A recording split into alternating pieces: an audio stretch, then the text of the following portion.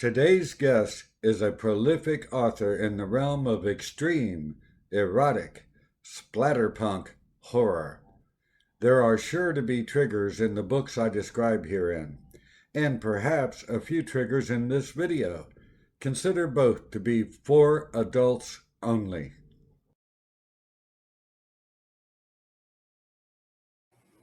Welcome to Relax and Chat, episode 60.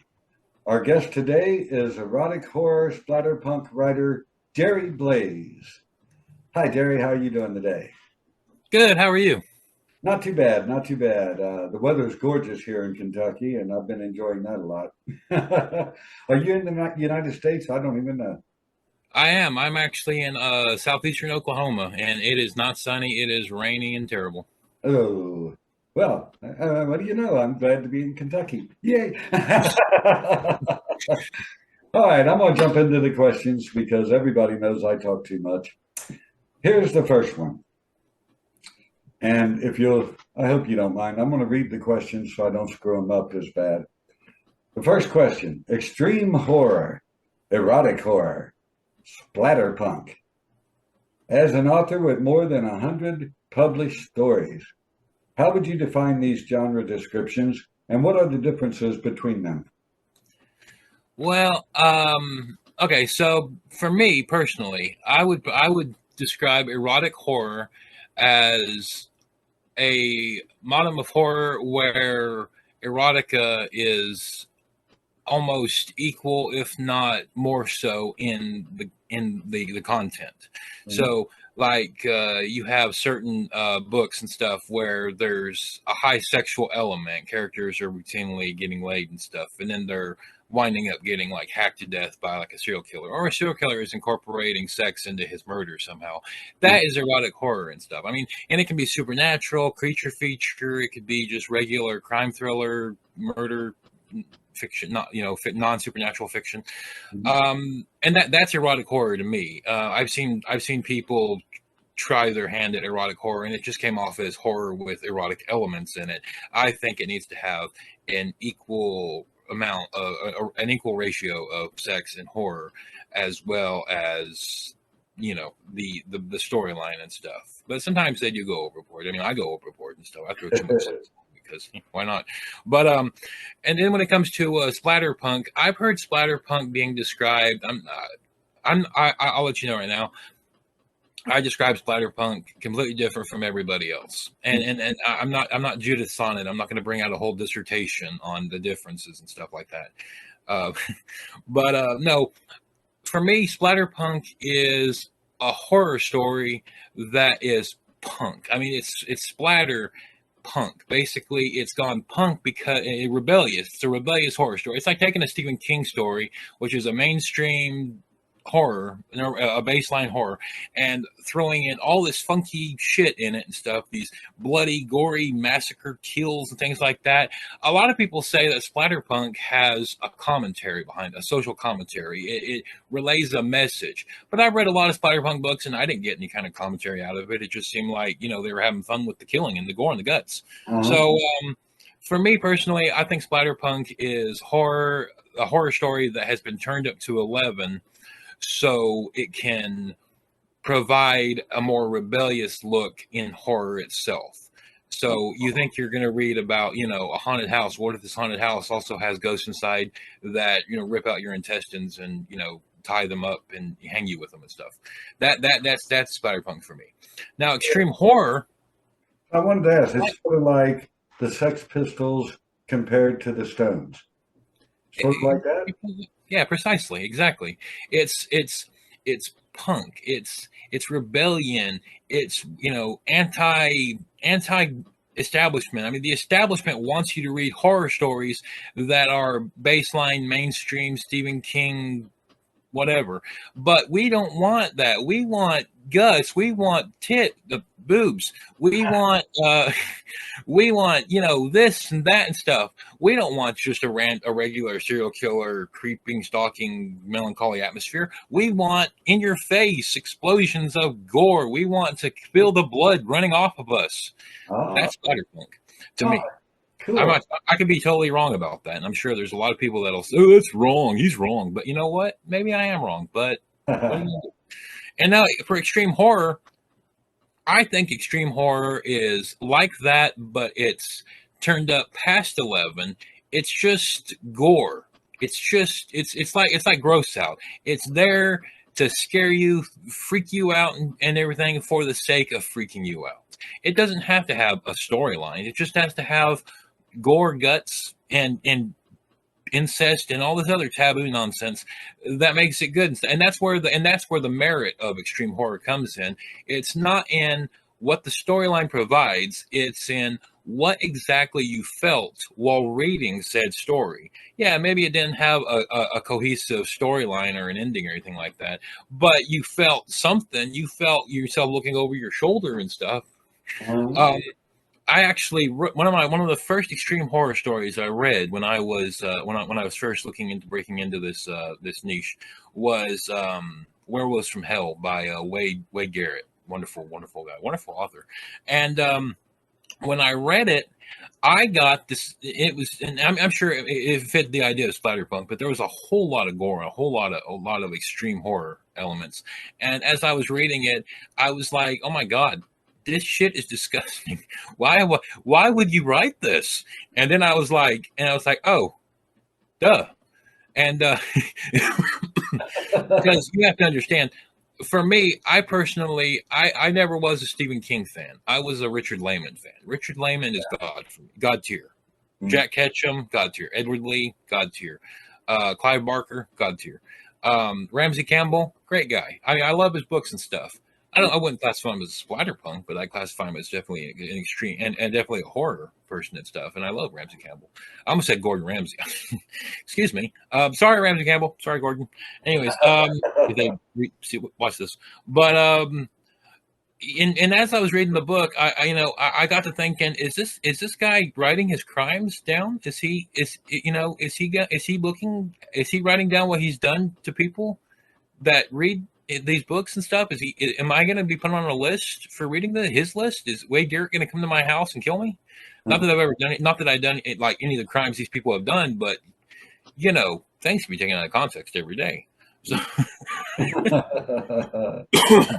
Well, I think those were wonderful definitions. And by the way, I'm a huge Richard Lehman fan. I love that he's not afraid to go to the what do you call it, taboo. Yeah. And I kind of model my writing after his. If I had to pick a comp, it would be one of his books. Into that. Because I'm not afraid of any taboo. I'll go there. I will too. To an extent, I will. I guess you could say I will too. I mean, if you.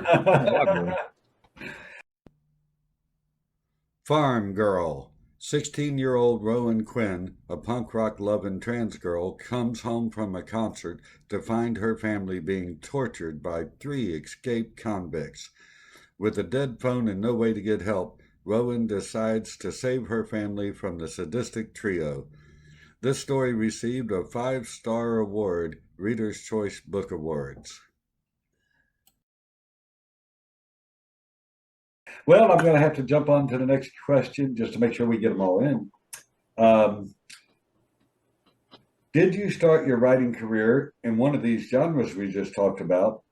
And what drew you into them rather than a more traditional horror or any other existing genre? Well, I actually started writing smut. That's where I come from. I come from writing porn. I'm a pornographer all the way. I mean, on my obituary, it will probably not say horror writer, it'll probably say pornographer. But I wanted to write something that my mother would appreciate. Because my mother would not tell anyone that I was a smut writer. She would tell people if I was a horror writer. But when I was a kid, I would read these horror books, and I was just thinking, I couldn't write something like this. I'm not scary. I don't scare people. I don't even scare myself, unless I look in the mirror. But anyways, so and then I find these books and stuff, and I remember the Layman books from when I was a kid and the Ketchum books, and then I was like, that wasn't like traditional horror and stuff. That wasn't Stephen King. I mean, that wasn't atmosphere. That was in your face. And I loved it. And I was like, well, maybe I could try my hand at that. If I don't scare you, I'll at least make you feel something. So I basically did. I started out with a few short stories of extreme horror, splatter punk, and then erotic horror, and then I kind of just blew up from there. So basically, that's my foundation, I guess you could say. Ah, cool. All right.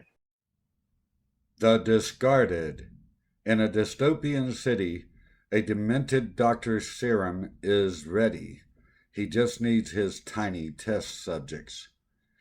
A serial killer known as the Foot Carver stalks the streets, butchering women and collecting their manicured feet. A quirky detective goes undercover chasing her big break when the serum creates terrifying monsters. These characters' lives will collide. I'm going to jump ahead real quick to the next question. Okay, I've been browsing around these subgenres, and I get the impression it is the wild west of the modern publishing world. Pretty much no rules, no limits, just raw, unapologetic, blatant fun. Would you say that's pretty true?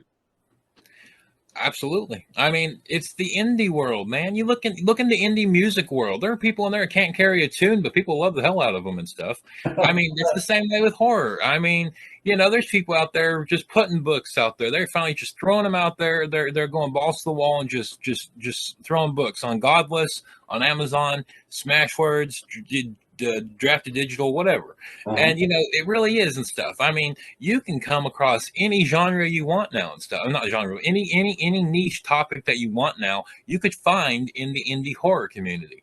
And I mean, I'll tell you right now, I read a lot of people's books because I love supporting everyone. So I read a shitload of people's books, and I have just come across so many beautiful ideas and so many things. And I'm like, God, I wish I wrote this, but I've also done the same myself and stuff. I mean, I wrote books that people never expected, stuff like that. I mean, I pioneered the spiders and vagina uh, world. So I mean, maybe I didn't. Okay, maybe I didn't pioneer. There might have been books before that, but I don't know. I like to say I did because it seemed to be the big one that took off. But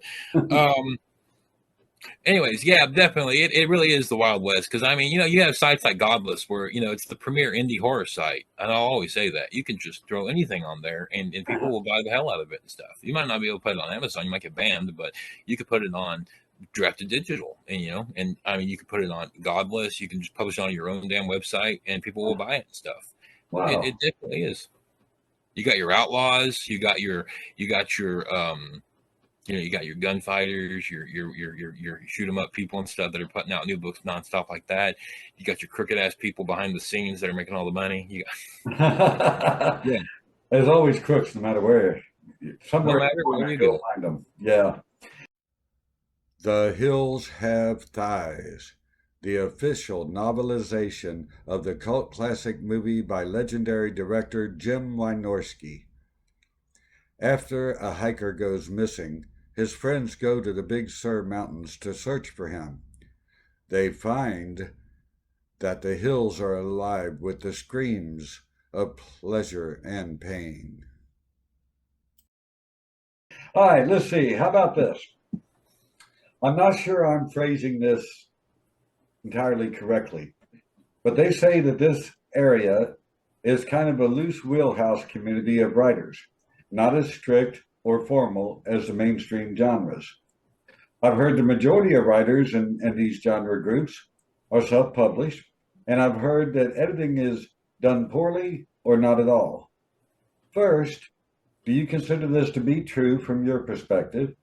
And second, AI is invading virtually every genre.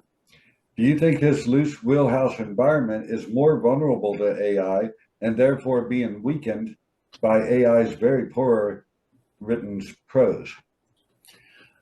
So I agree. I agree in theory that it is a loose wheelhouse of people and stuff that are different from the mainstream. I mean, it's indie. It's independent. We're all independent.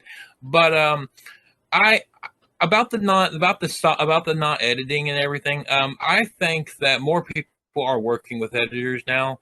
And people aren't just writing their stuff and just throwing it out there without at least going back over it.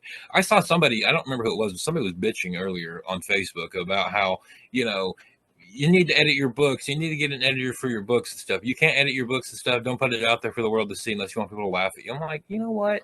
Not everybody can afford an editor. And yeah, people are going to say, we just donate plasma for that. Well, if you got to donate plasma to afford an editor, you probably can't afford the gas to get there to begin with. But, and sometimes you find editors that'll give you a freebie and stuff like that. But I mean, that you can't just rely on that. I mean, they need to work too and everything. So I like to just try to dedicate a certain amount of a portion of royalties and stuff to like that kind of thing, just help just with the editors and stuff like that. But I don't think more people are not editing their books. I think more people are self-editing, and they're missing things. And but I mean that it's like it's self-publishing. They all self-publish. Most people self-publish. I mean, you have your indie presses and stuff. I mean, like RDG and stuff. Yeah. But I mean, you also have like Madness Heart Press and this Hallow Heart Press that's starting up. I mean, I published through Bainham. I published through Shadow House, Wounded Pigeon. I've gone through Bound in Darkness. A great many of these are closed down now for one reason or another. But like that goes back to the Wild West thing and stuff. I mean, there's people out there ready to just tear you down and just shit all over your books and stuff. And then they target the publisher and stuff, and they go after them and they take them down. Yeah. Now, as for AI, I don't think that more people are interested in. Okay, I don't think established people are interested in working with AI. In fact, I'm one of the biggest prevalent voices against AI. I've set a personal goal to publish as many books as I can to fight the AI presence. To just, if I'm going to saturate the market, I'll saturate it to defeat the AI. That's all. But I do believe that AI is causing problems. It is weakening the structure of maybe not the community, because there are people that do use AI. To aspiring writers and newbies and stuff, they'll pop up and they'll say, look, check out my book and stuff, and they're like, it's an AI cover, screw you. And a lot of I have books that I've never used AI to write a book, but people will post reviews and they'll be all like, this book was clearly written by AI. It's like, no, it's just shit. It's just shitty writing. But I think it is weakening the market severely. I used to make, I don't want to give you numbers, but I used to make a very healthy living from publishing erotica on Smashwords, and you can't do that anymore. My book, I mean, last check I got, royalty check I got from Smashwords for my erotica was like $10. So, and that's because they bury them. They bury human books underneath all the slop, all the garbage, and I don't think anybody needs to turn to AI for anything, for any reason. And you don't need it for a cover. You don't need it to write your story. I mean, I don't understand why people want to go towards it. I mean, unless they just want like shortcuts. Oh, if you want shortcuts, just get good at writing.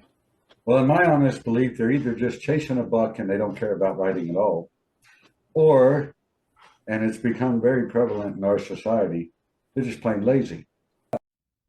Arachnicant.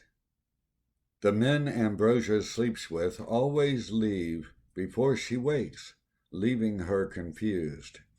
She doesn't know that a large venomous spider lives within her, coming out to feed while she sleeps.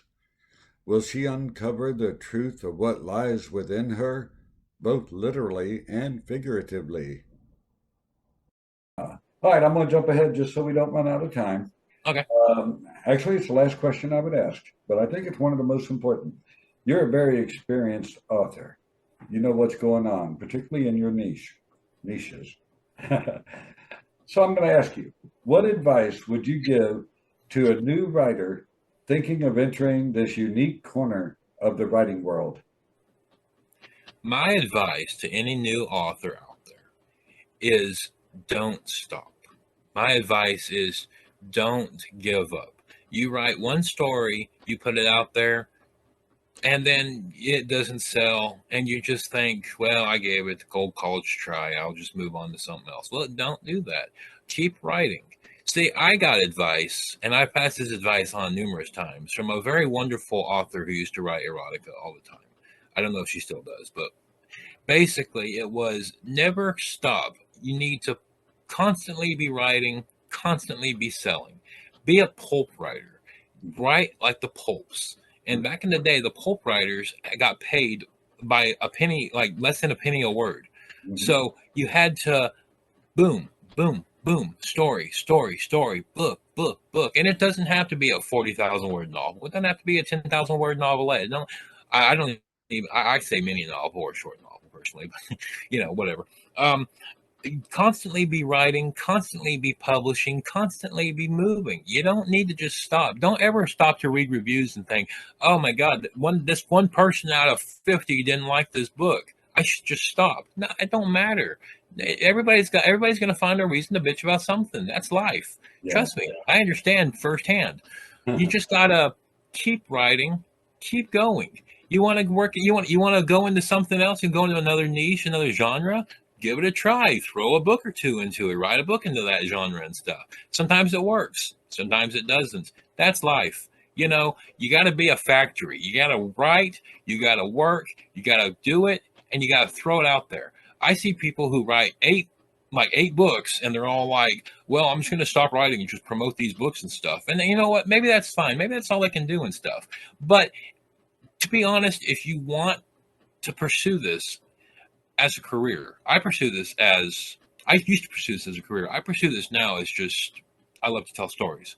Mhm. But as a person who used to pursue this as a career, as a former full-time writer, you have to constantly be writing. You have to constantly be pushing. The best marketing you can do as a writer is to give them more.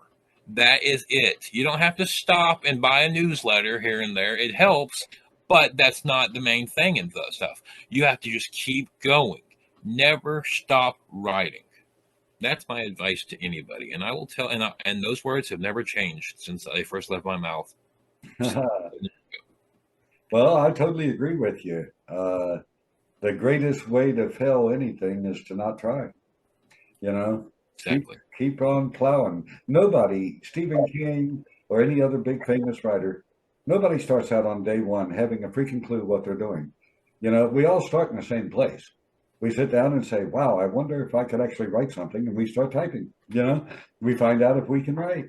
I believe that, I'm not going to say not everybody can be a writer, but I believe that for a certain person, for a certain amount of people, yes, writing is a calling. Writing is what they were put on this earth to do. I'm not a religious person, but I believe that writing is their mission, so to speak. And they have stories to tell, and you have stories to tell. You write it, you put it out there and stuff anywhere you can. I mean, this is for the kids who throw who write their fan fiction pieces and put them on fanfic.net, or the people on Wattpad who were writing their friggin' supernatural gay fanfics or whatever. You have stories to tell. You have a creative mind. Channel that creativity into something that you can actually do. So channel it in a way that makes you happy. It could be making music. It could be making movies. It could be writing a book. It could be writing a short story. I mean, it could be anything. But if you have that creativity, don't just sit on it and let that gift go to waste, because too many people out there will say, "Well, I always wanted to write a book, but I just never sat down to do it." Well, sit down and do it now. Yeah, Write the book.